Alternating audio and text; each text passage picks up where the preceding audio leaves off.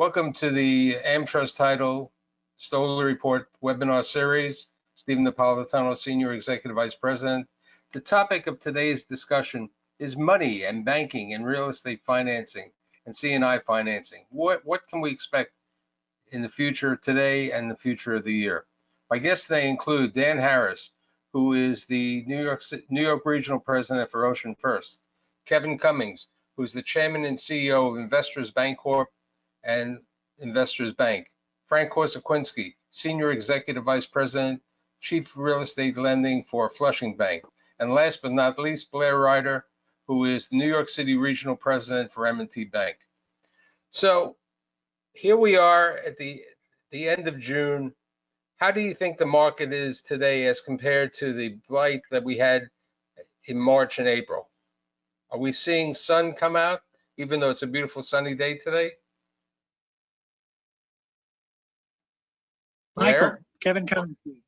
I would say certainly we're in much better place today than we were at the end of March. We had no idea where things were going, and it was pretty dark days there. You know, banks were concerned about their liquidity, certainly concerned about credit. And I think we're almost, even with the stock market reaction, there is a sense of optimism. The market has stayed up. And I think the government intervention, what the Fed has done, and then what the government has done through its stimulus programs, it's just been, a remarkable response. You thought, Bernanke was a cowboy in 2008, 2009, and this Fed, Chairman Powell, has just done a tremendous job trying to ease us through this process here. Because really, I think what's really going to happen in the late third, fourth quarter, when the deferments on the real estate loans and the C&I loans come to an end, that will be the real tipping point for, what's going to happen in the future. So here's the question. How do you prepare for the third and fourth quarter of the year when these loans come for deferral? All of you have given a certain level of deferral for the customers who came to it. How do you underwrite? How do you look at the deal today?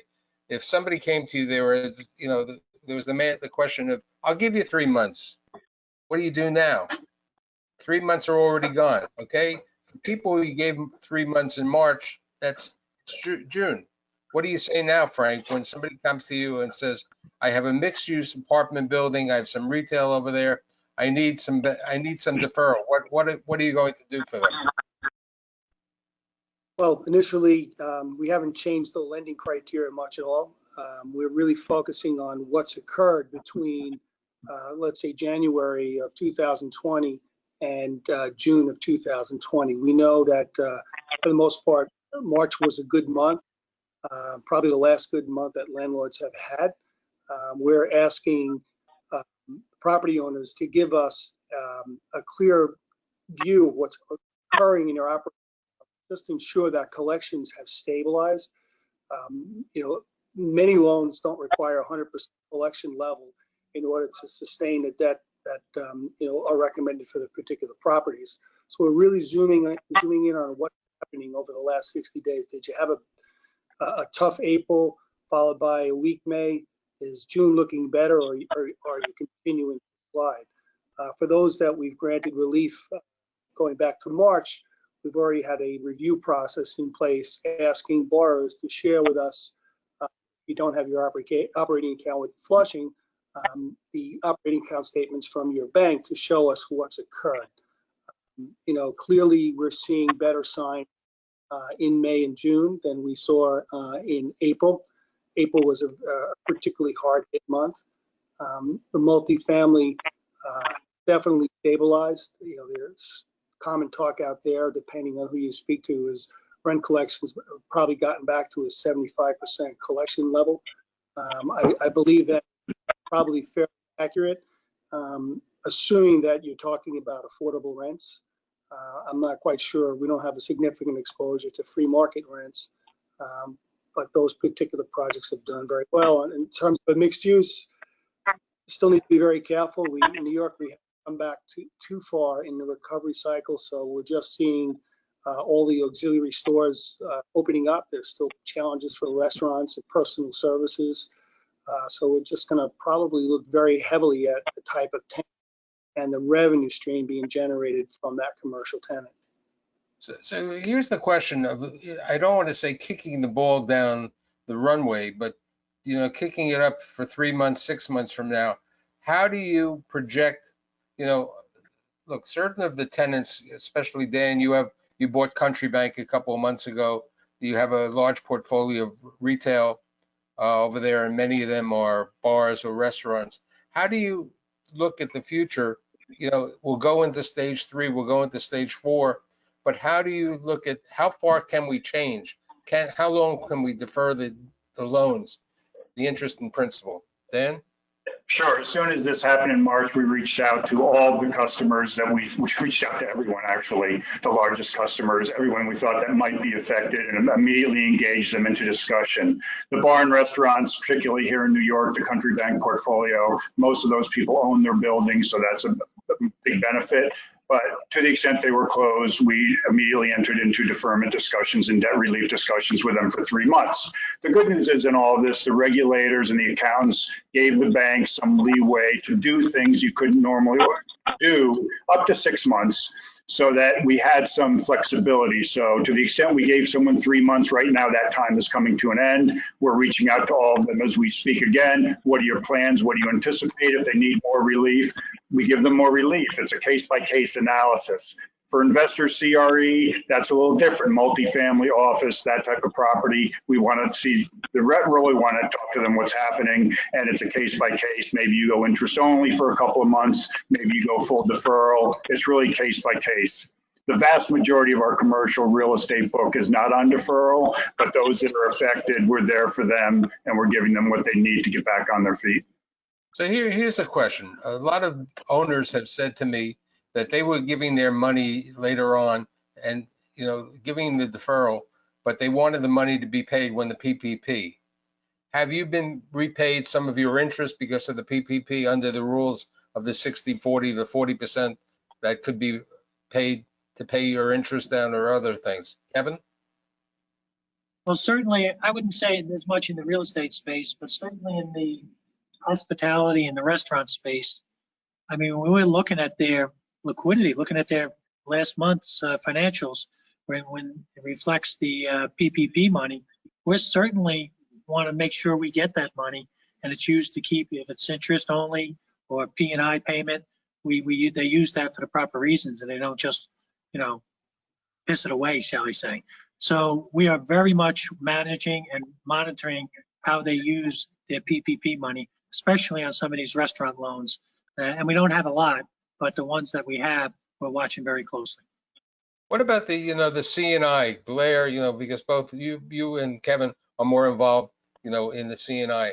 How has the C&I been affected by the COVID-19 and how has the bank reacted to it in lending? Yeah. So, when I think about at the end of this year, what are we going to think about as sort of what was the year of 2020 in banking? I think it'll be the year of PPP. It was a monstrous effort to get the amount of money that we as an industry got out in the amount of time that we got it out in. The partnership with the government as well as the conduits to get the money to people that truly needed it was really incredible. We outlaid about $7 billion protecting about 765,000 employee jobs throughout the course of the program. And, even with that program, there are people that are really struggling. I mean, you look at the hotels. I mean, when they are at 10% occupancy, 5% occupancy, or in some cases 0% occupancy, we've got to work with our borrowers to create a plan that works for them. And in some cases they're doing well and they've got healthcare workers that are staying in the hotels. And in some cases in, resort towns, maybe there's absolutely nothing and they're at 0% occupancy. So we've taken sort of a case-by-case approach of working with our customers to craft a plan that works for them and works for us. And, we're approaching it sort of chunk by chunk with our customers. And they seem to appreciate that, we're going to be working with them along the way to help. It's a joint problem, to be honest, to get through this. So here's the question. For the people who provide lines of credit, each year there has to be a 30-day cleanup. What happened with regard to those companies that you had to clean up during this period of time? Did you always give a deferral, or did you want to hear the terms? Or how long of a period of time did the cleanup have to take place? Kevin? Yeah, we didn't see much in the way of cleanups. Actually, one of the things that we did early on in the process is brought some liquidity on the balance sheet, anticipating some runoff in our government deposits because of taxes being paid and things like that. But we also had a fear of people drawing down on their lines of credits. But we haven't seen it. We haven't seen it yet. So we've been surprised. And that's why we have a ton of liquidity on our balance sheet. We actually saw deposits coming in a fast way. We haven't seen our line of credits on the HELOCs or anything like that being drawn, or on the business lines of credits. So right now, liquidity is holding up in the marketplace. And why? Well, just think of the trillions of dollars that Chairman Powell has inputted into the system. And I think, I was out with the CEO of Visa, a fellow named Al Kelly, yesterday, and he talked about, like, right around the second or third week in April, when the IRS sent out those checks, the activity that they saw on the credit cards was just, and on the debit cards, was just unbelievable. The volume shot up so much, and that people got the money, and they did what the government wanted and spent it. So Now, where's that going forward? I think only time will tell as we get through this process. If we don't get people back to work, and I don't mean back to the office, but I mean back to work, and get that unemployment rate down.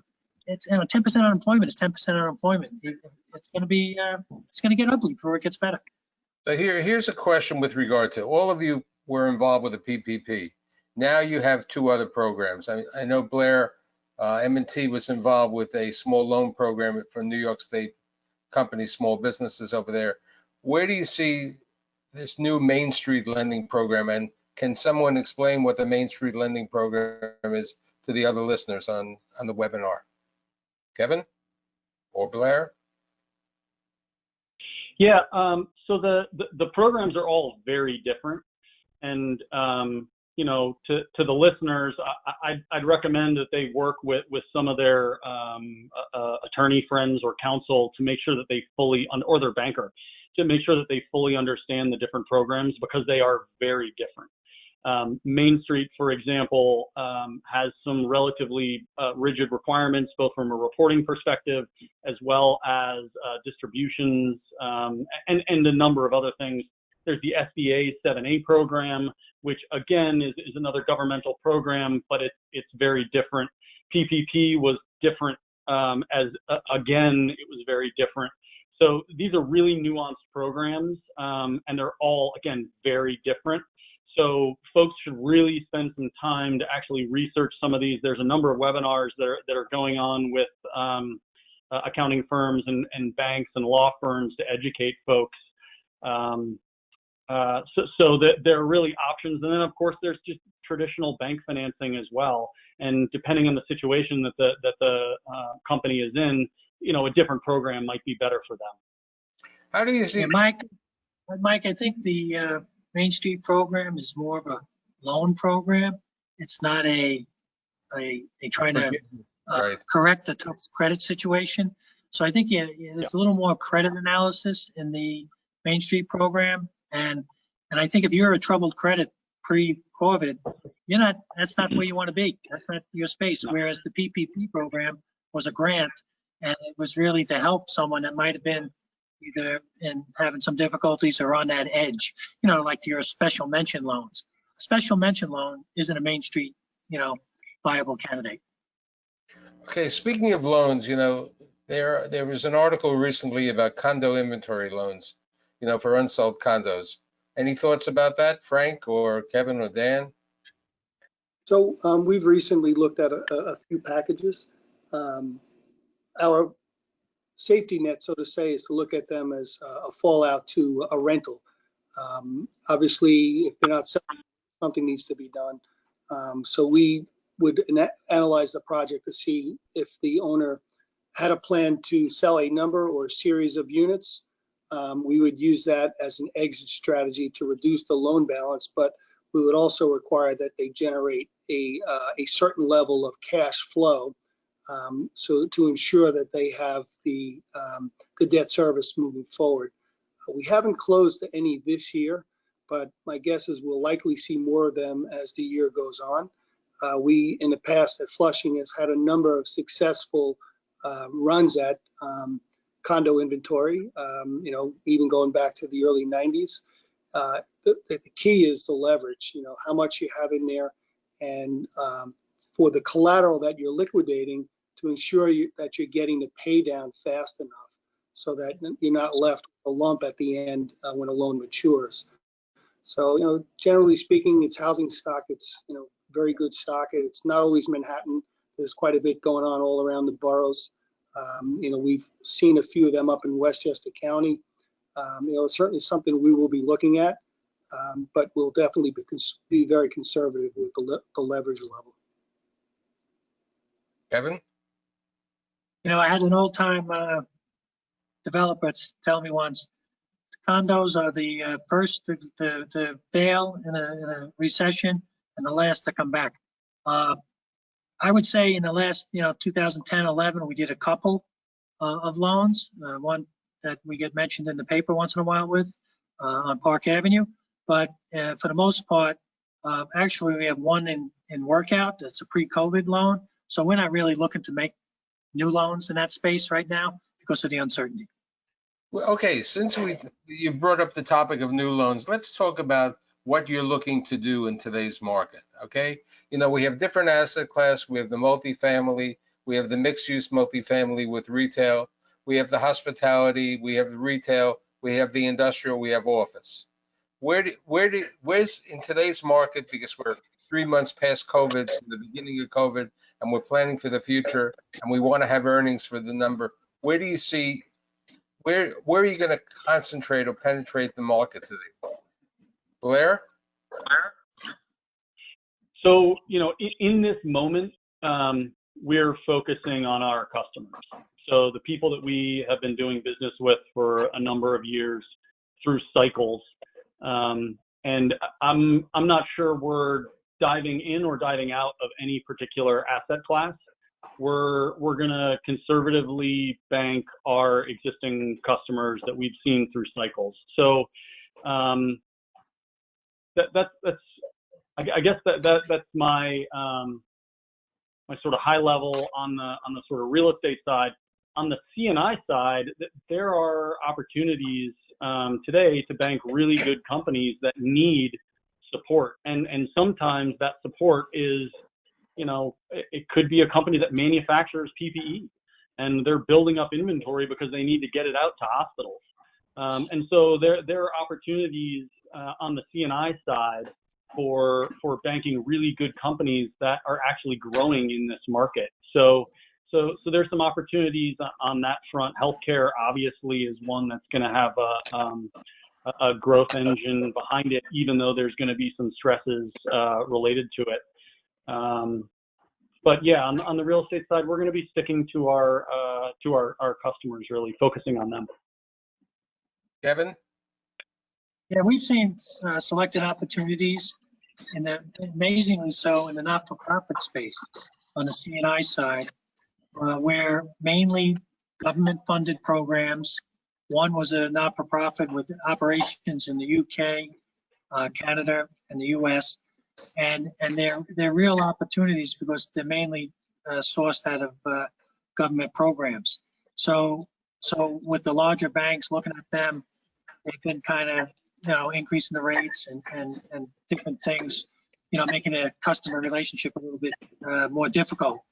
Also, we've had a couple construction opportunities, multifamily construction, transit type construction, where, when you look at it, it's going to be 2 years out. It's not high rise. It's that mid-level, 4 or 5 stories, where it has to be a little more attractive. And then finally, where rates are today, in our strategic plan, we were moving away from, growing the multifamily or portfolio, but the rates make it a little more attractive now, especially now that we're flush with cash. And, you can find some good transactions because we like that asset class. With regard to that, Frank, as Kevin was talking about multifamily, how are you underwriting a deal today, a new deal? With regard to debt service coverage, loan to value, reserves, and other areas. We're really focusing on overall debt yield. It really hasn't changed much since probably about 2014, 2015, when rates began to fall. The last time around, some of us had seen 5-year money for apartment buildings or 3-year money sub 3%. It was a tough nut to swallow at that point in time, but the trap that we tried to avoid and were successful in was not leveraging at 2.75, 3 or 3.25. So we're still looking to roll forward and do a debt service shock on what rates could be in a 5.5, maybe 6% range. I don't know if that's an accurate number right now because the Fed is convinced that they're able to hold rates at effectively zero through 2022. But we are definitely looking to stress on the upper end what these loans could service at. One of the challenges we have here in New York is the recent rent increase laws where Rent Guidelines Board effectively gave a 1% increase for the second year of a 2-year extension and essentially zero before that. That puts pressure on the property's cash flow. We're still trying to figure out how to go forward on that basis. We do anticipate seeing a rise in expenses outside of the control of a multifamily operator, particularly real estate taxes and insurance. We've seen a lot of unrest here in the metropolitan area. I'm sure there's going to be some record number of damage claims that's going to probably spread across the entire population. So we're really focusing in on a debt yield and as well as expense ratios. The days of a low 8, below 8% debt yield are probably not going to survive the next year or two. We're probably closer, in the best case, a debt yield 8.5 and above, sometimes even higher, depending on how much of the income comes from non-residential type tenancies. We're all in the business of trying to make loans, so we're also trying to understand our customers' entire portfolio. Blair brings out a very important point about managing your customers' expectations.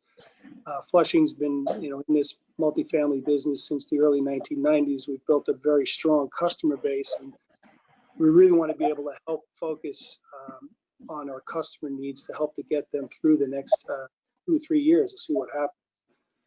But we are still doing our best to grow business.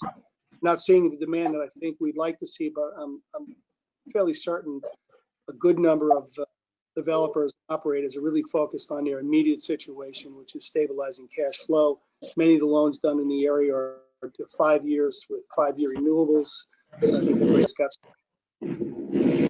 Dan, you're the new kid on the block. I mean, Ocean first came into New York about 1.5 years ago with the Country Bank. So where are you trying to put your money out, and what type of deals and loans? Dan, you muted? Dan? You're muted, Dan. Can you hear me now? Yeah, we hear you now. Right. You can hear me? Okay. We're a $10 billion bank. We have a $6 billion loan portfolio through New Jersey. I was brought in to start lending here, and then we brought Country Bank. We're seeing a tremendous number of opportunities now. Country Bank has about a $500 million book of various types of properties. The things we're looking at now and we've been successful in, and we've been successful with industrial, warehouse, Certainly credit tenants we've been chasing fairly aggressively. We've been using our swap program to be able to lock in long-term rates for the borrowers on commercial properties. That market is very strong right now for us rate-wise. Some food anchor, small strips. The bank has some construction loans going, but our focus really has been in the industrial warehouse, some office, not too much, some suburban office. I mean, office is, of course, incredibly challenging right now. I don't think any of us can predict what this whole working at home for 3 or 4 months is going to do to office needs in the future. More square footage for more distancing, less square footage to have more people work at home. I really don't know what the answer is right now, but that's when we're pausing on for the most part. But we have seen a couple opportunities that are so low leveraged that we're very comfortable moving forward. So we look at everything, and our stock and trade is we get back to them as quickly as possible if we're not interested, usually within a day, so that we don't waste anyone's time.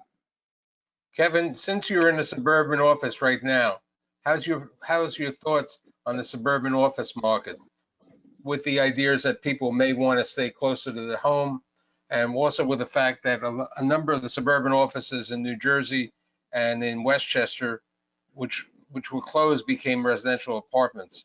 Are you more bullish today on suburban office?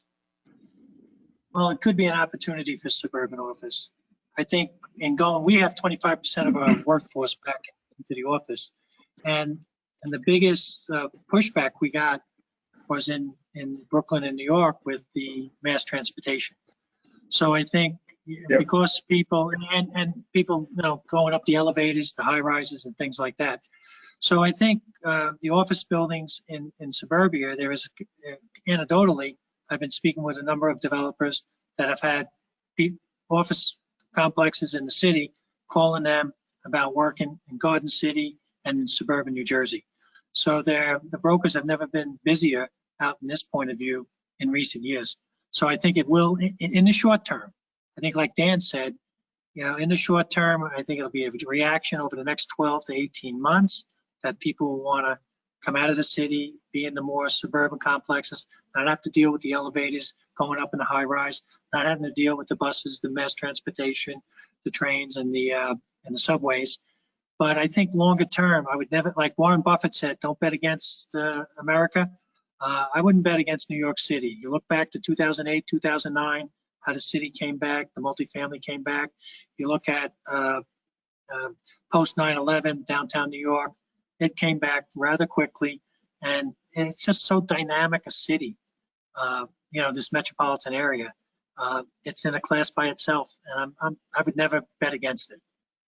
Blair, where do you see the opportunities for M&T in the C&I platform over the next couple of months? I see a number of companies that may not fit well with sort of the bulge bracket banks, and who may need perhaps a little bit more complexity in products and services than some of the sort of much smaller banks. We play a really nice niche of providing very customized service to companies in sort of the old school banker kind of way, where you've got somebody who lives and works in your community, but you've still got that full complement of big bank services, whether it's debt capital markets execution or we've got everything from corporate cards to Forex to all that sort of thing, asset-based revolvers. So I see, in times like these, there's always movement. People end up in tough situations with their banks sometimes, and sometimes they end up in really good positions where they need additional capital, and sometimes it's just not there. So with movement, that creates opportunity for institutions like M&T to step in and provide sort of tailored white glove service to a company that needs to grow, and that's where we can really step in. So here's a question. Since I'm a baby boomer, and I consider Mr. Harris isn't too far away, and neither is Mr. Cummings. There's been, Frank, I'm not sure about yet, okay? But going over this, Blair, we know you're not. there's been a number of senior housing developments being built, some luxury ones. There are 4 luxury senior housing developments in New York City. New Jersey has had a significant number. Westchester has a number. Where do you see the senior housing market in the role of the banks, your banks specifically? Kevin? I tell you, I would be hesitant to finance one in that densely populated area right now. I think people, especially those, over 60, are somewhat fearful and really worried. I was surprised. I'm kind of bullish. I've been kind of, I was a great supporter of our governors, and I just think the thing is dragging on too long. It's become too political, and I want people to get back to normal, get the restaurants open, get things moving forward, and be more positive in the messaging that is out there. I even went on the CDC website, and I think over 80% of the people in the median age is like 80 years old. The people that have passed away to the virus, 80% of the people are over 65. So when you look at it, I think there is a hesitancy to put people that are at risk over 65 into densely populated area. And like if I had my parents were still alive, they'd be in their late 80s, 90s, and I would say, stay home, stay put, stay in New Jersey where it's less populated and it's safer for you. So to finance a project in the more densely populated areas like New York City, like Hoboken, Jersey City, I'd be hesitant to back those projects now because of this current mindset of the constituents that would be interested in that product. Oh, Has anyone else done senior housing over here on this group? Mike, we've participated in a recent deal, right, substantial one here in our own backyard.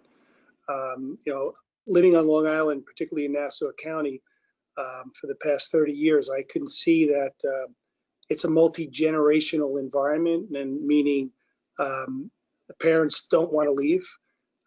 Homes are transferring over to the children, and there is no place for the parents to go. So I agree with Kevin. To be in a very large development could be somewhat risky at this point in time, but a suburban type setup, be a garden style 1 or 2 story development, I think there's a tremendous demand there. And it really helps serve families in the communities who have parents who don't need the full house or maybe in their 80s and just need to be close to their children. So I still see that as a very good market. I think one of the challenges they have is when you have facilities like that, they need to be closer to longer term care. What we're starting to see here is people who tend to live longer will develop other needs, and some of it's memory care. So I think having developments that can make that full transition from senior living to some sort of assisted living, and unfortunately even through long-term care for memory, I think there's a really good opportunity out there. I know there's one going on over here in Leviton. It's just about to be opened up. COVID environment has delayed it, but I understand that they're pretty full. I actually have a family member on a waiting list there, so I still think there's great opportunities there. What about how are we going to reposition some of the retail and the hotels today? Where do you see how the repositioning will take place? Because we're not going to have 6 to 7 million visitors to New York City. People aren't going to be visiting. What do you see changing? As I said before, we started the webinar before, certain people are thinking making apartments out of this. Certain people are thinking of a different highlighted co-working space. Where do you see this with the repositioning of retail and hospitality? Anybody like to take? I just want the Big East tournament back. I know. That was a shame. So I'm not quite sure, Mike. I think when you talk about the retail, let's talk about Restaurant Row and the theater district. I think there's still a lot to be seen and learned about how we're going to move forward. But you go to one of these restaurants, Sardi's or any one of those places, they used to just pack them in and jam as much as they could do in a 3 or 4 hour range. The theaters aren't coming back anytime soon. I'm not a particularly large guy, but I have a tough time fitting in those seats, myself. So now you're going to have even less people in the theater, less people coming to dinner. I don't know what you can do with those buildings other than, flip them back to a 2/1 or a 3/1. Every neighborhood's got a different spin on it. I was up in the Bronx yesterday. I spent most of the day traveling around. I was in the Morrisania section. I was over by Yankee Stadium. I drove up Jerome Avenue to 95. I came back down Westchester Avenue. That's a completely different area. The retail over there is substantially open. I did not notice that there was a lot of business activity that abandoned their stores. I think they're trying to figure out how to get back in. And talking a little bit about Yankee Stadium, I'm not sure what they do. Everybody knows what it's like to go to a Yankee game. It's crowded, and you can't get down Jerome Avenue. You can't get anywhere. I think we got a long way to go before we figure that out. But I know there's a pent up demand for people to do some things. So I think people are creative. We'll figure it out. But I think we got a ways to go with that. Number of rental apartment buildings in New York City and in New Jersey, Kevin, and other places have been dependent on student housing. Where do you see the apartments that may have been taken out of the market because students may not be coming back? Certain institutions have stated that they're only going to have remote next year. What effect is this going to have on the multifamily business? Well, it's certainly going to impact the student housing, and it's on a college by college basis. We haven't heard about Rutgers yet. We're waiting to hear about Penn State. I think, was it Clemson had a breakout with some of their football players that were down in, preseason practicing on campus. So a lot of that is going to impact on the decisions that people make. But again, when you look at the risk of a student, it's pretty low. There was an article in the Wall Street Journal that talked about the chance of dying, someone under the age of 55 dying from the virus, is you're more likely to get into a car accident driving on your 16-mile commute every day to work. So I think it's that type of, the type of environment that we have today. Like I asked the question, why can't the colleges open? What is the risk? I think I went through again the CDC guidelines. I think the number of deaths across the country is under 13,000 for people under the age of 55. How many people die in car accidents over the course of a year? I think it's something like 50,000. So when you look at the people, we have to, get people to look at some of these statistics. And I think the hospitals and the doctors and everyone else have learned a lot from the battles of March and April and May, and we need to move forward with a sense of confidence to get things opened. I think Frank makes a good point. I think I read recently that the theaters aren't going to open up until January. What does that mean to all the businesses that are supported by the theater goers? And a half a loaf is better than none. If they can get things open and get people working, get the unions to cooperate, and everyone be reasonable around the table, we'll save a lot of those restaurants, because with the takeout, 25, 50%, head count, they can hopefully manage and at least pay their bills and keep the lights on. Okay, with regard to retail today, are any of you looking at, standalone retail, retail that may have a Burlington, a TJ Maxx, a Target, which are really highly desirable today and doing well? Dan?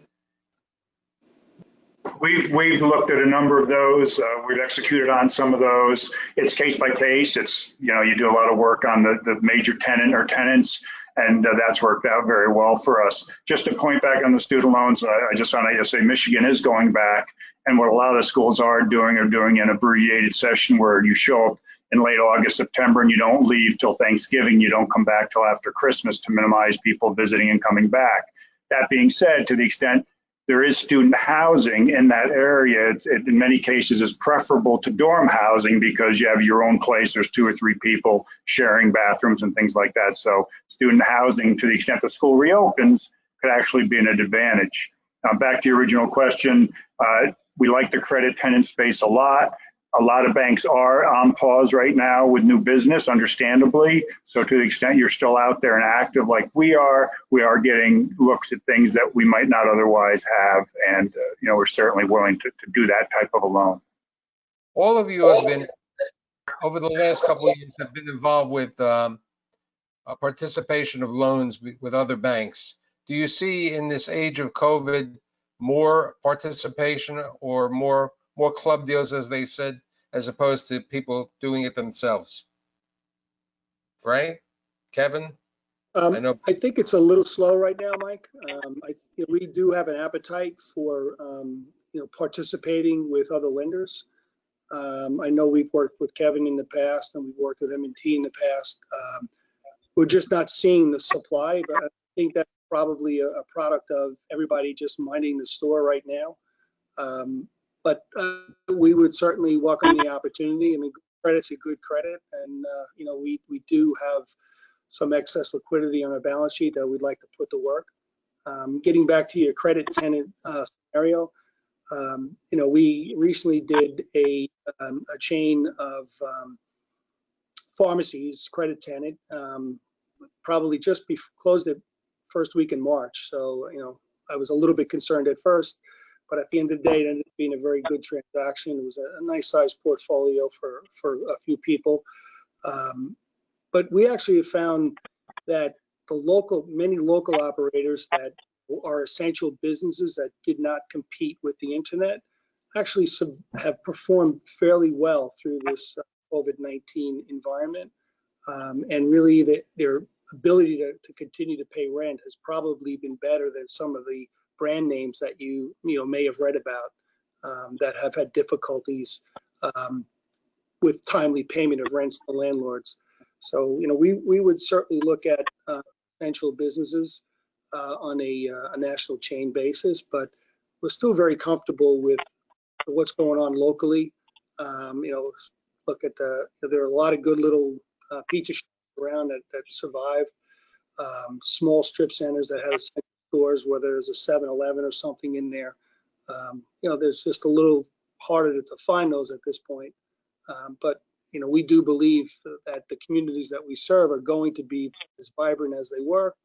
We'll see how profitable they are. But as I said, visiting the Bronx yesterday, I was quite pleased to see the number of stores that are open and that people are out and about going about their way.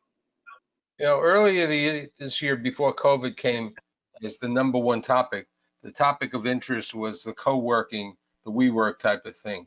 How do you see your clients or your borrowers who have co-working facilities in the future, especially because of the compactness, the telephone booths, the different approaches? How do you see that? And if you have it in your portfolio, how are you planning to handle it? Kevin? I think, again, it's like a restaurant. It's going to be 25, 50% initially. It's going to come back slowly. And it's one of the assets that are like restaurant and hospitality that's going to, not perform well in the future, because basically people are not going to want to come back. The only good thing about that is you probably have a younger demographic that might be more willing to come back and fill up the available space more quickly. I think Blair hit something earlier. When you start talking about new lending, I think everyone's going to be a little bit careful about expanding the portfolio, staying focused on your customers, and working with this. We have like a war room type attitude, and we're going, especially with the implementation of CECL, the new allowance for loan loss, the new accounting for allowance for loan loss. We're really diving into all the loans that we put out deferrals on and seeing, rating change, second level of deferral, 3 months, 6 months, and really trying to develop a qualitative case so that we can review the model that Moody's puts out that's going to, drive the provision for loan losses for the second quarter. It's a lot different process than it was under the old accounting. So when you look at things, nothing is, it's not business as normal. It's business unusual. And it should be war room like, being a creditor, being your loan review group, being in the risk management group. It is very important for us to get behind the numbers, look at people individually, and work with our customers so that we can have a reasonable workout plan. One, to reduce our losses at the bank, but two, to help, most importantly, to help our customers and to help the country get back on its feet.